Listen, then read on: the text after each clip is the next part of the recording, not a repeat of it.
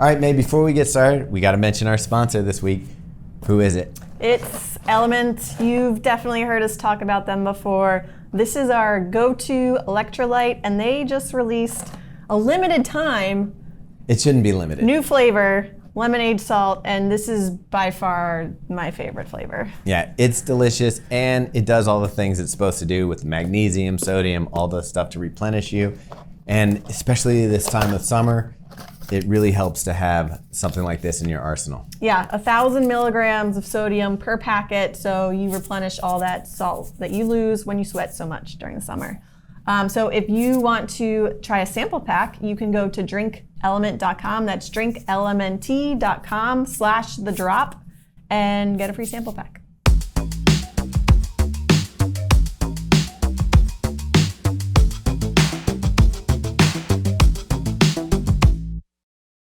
Hi, this is Thomas with Believe in the Run. This is Megan with Believe in the Run. And Megan, we're back with a shoe that fits all your criteria for the stuff that you love. It's big, it's thick, it's squishy, and it's white. Yeah, we are talking about the Mizuno Neo Vista 2. All right, so last year when the Neo Vista came out, we were all a bit surprised. It's a fun shoe to run in. The cushioning was great. I really like this shoe, and the knit upper still had a little puckering, but fit me really well. Yeah, it was. It made it into our best in gear at the end of the year for most under the radar shoe. Megan, let's get into the upper because this is where we might disagree a little bit. Yeah, so similar. It looks very similar to the previous model, and it is somewhat, but it's a new engineered knit, so it's a little bit more accommodating. Whereas they also opened up some of the weave. Yeah, so more breathable, a little bit more accommodating. So I think some people who maybe felt like it was too snug, too sock-like, might enjoy that this feels a bit wider, especially in the forefoot. Here's where we're gonna get into it. As you know, Megan probably has a little bit of a wider foot and more issues with her feet than I do as far as shape. This one for me, it buckles, there's a lot of room, it's a little baggy, and I felt it ran a little long, which is weird because I'm sure it's on the same last as this one, but you can kind of almost see when you're looking at it, the way that the toe goes. I don't know. I feel like this one had a little bit more shallowness to the upper and it fit a little better. This one's definitely got, I don't know, about a half size too much room. But when I talked to another reviewer that got his size and then went a half size down, he said the half size was too small at that point. So it's kind of like that. There's some weirdness in this upper. I think that people with more narrow feet are going to find this a harder fit and a little more, I hate to use the word sloppy, but a little more sloppy in the fit. Even with that though, I still enjoyed the look of the shoe and the overall feeling when I was running. It didn't get too much in the way, but I really kind of craved a little bit more lockdown, a little snugger fit through the upper.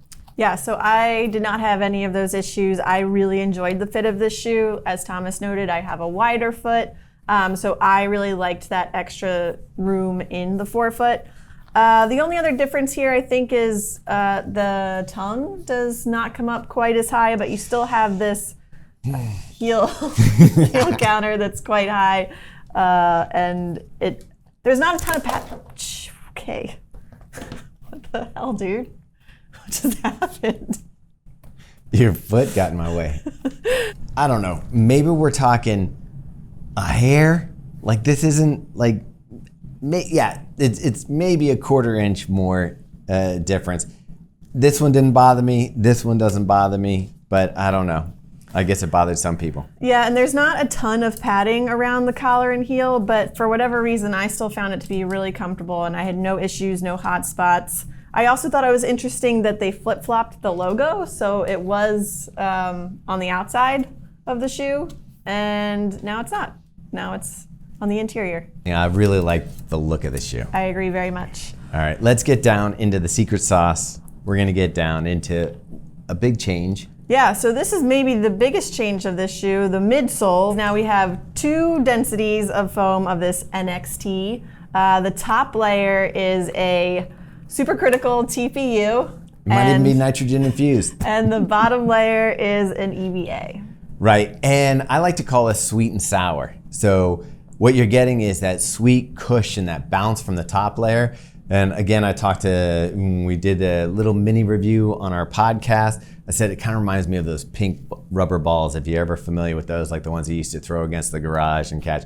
It has a really nice bounce energy return feel. It's a little bit softer. And then this EVA gives it that feeling of a little more stability, a little more durability, so it's not quite as squishy. We got this plate here, Meg. Yeah, so it's a fiberglass plate, so not glass fiber plate. Glass. I don't know if that makes a difference. Glass fiber plate, so maybe not quite as aggressive as a carbon fiber plate, but it does add some stability and rigidity to the shoe. Right, and you can see here that we did fill in some of the chasm. It's not quite as like disconnected here in the center, which does provide, I felt like, more stability, especially around corners and stuff like that. I don't know if it's more rubber or just a different rubber placement, but what did you think of the outsole rubber? Because I felt like that was the weakest part of the shoe. Yeah, I had no issues with traction, and I also think durability is going to be pretty good with this shoe. I think I have 40 so miles on this one right now, and I mean, it looks great so far.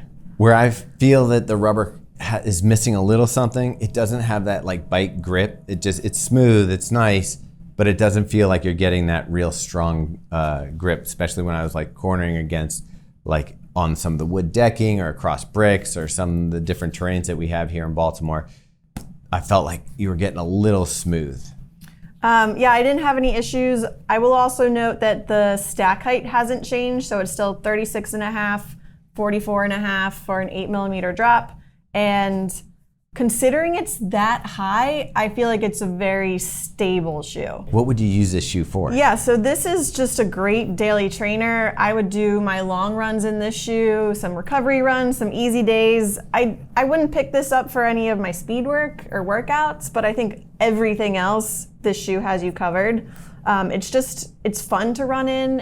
It feels good at most paces, and it's comfortable. As much as it feels kind of like you had mentioned the SE Trainer The original, V1, yeah. It kind of does have that soft, bouncy, fun feel, and it is lighter than that one was. And I was like just doing easy runs, and I noticed that my pace did kind of pick up a little bit in this shoe. It's surprising because it doesn't feel like a shoe that you'd want to pick it up in just because it's got that really soft cush bounce. But I found myself bounding my way into a little bit of a faster pace. And we did mention weight. For my size 10.5, it's 10 ounces or 285 grams. What's yours? Yeah, my women's 7.5 came in at 7.8 ounces or 221 grams. And I feel like for this much cushioning and this much stack, it's not a bad weight. Yeah, no, I've been loving this shoe. I've been wearing it. I will continue to wear it after this review. So it's great. All right, so we've tried the Neo Zen, which is this shoe kind of unplated, and this shoe, which is your favorite? I mean, I love a plate, so this is definitely winning in that battle. And this isn't one of those plates that's too rigid. You can see here it bounces. It's like got a little bit of flex. So it just provides that little bit of stability that you need with a foam that's this soft. I really think this is probably my favorite Mizuno shoes. Even with some of the issues it has, it's not perfect and the upper needs some work, but the underfoot feel and just the general experience of this midsole is really nice. The one final note before we get into our final categories here is that this shoe is now $200. The original model was $180, so now we're looking at $200. TBD if that's just the way the world is right now, or that they've added this dual layer here. And that is something to consider because I don't think this is a shoe I would use for all my running. Yeah. Like you definitely are going to want a race day shoe and maybe something that's a little more like grounded, like the Rebel V5 or the Evo SL that's a little lower to the ground for some of your runs. So this isn't the shoe that I would say, hey, just get this shoe and you're taken care of. All right, so let's get into it. Form, fit, and function here. Form, let's start with it. All right, for form, I'm gonna give it a 4. I think the overall looks are great. I like the design. The weight is reasonable for how much cushioning you get, so that's where I come in at almost a 5, but it's a 4. Yeah, I'm gonna agree with you, a 4 there. I think the looks are great. Yeah, it maybe is a little bit heavier, but you get all this cushion and fun, so 4 it is.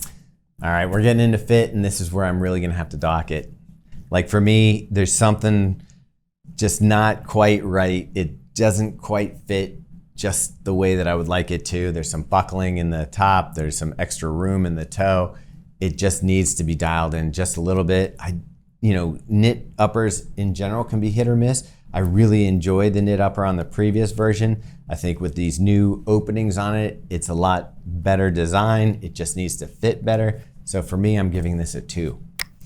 Yeah, so I didn't have most of those issues. I'm giving it a 4. I will say, though, that majority of the people that I've spoken to that are also wearing the shoe and reviewing it feel similarly to Thomas, that it's not quite the right fit and maybe you need to half size down.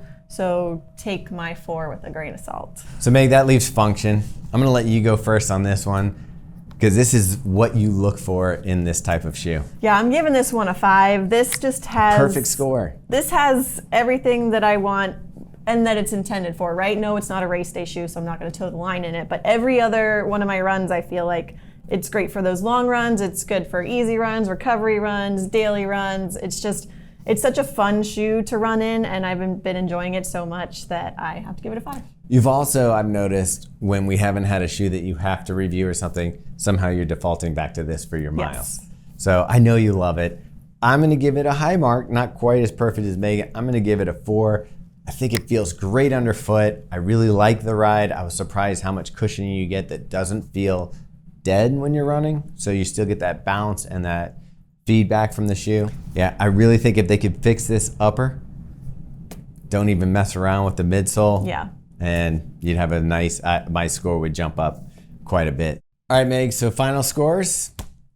For me is 13 out of 15. For me is a 10, which is a yellow, but because you're the queen of Kush, we'll go light green. Yeah, it's definitely a full-on green for me. As we've said several times in this review, I keep reaching for the shoe to lace it up, and I'm loving it.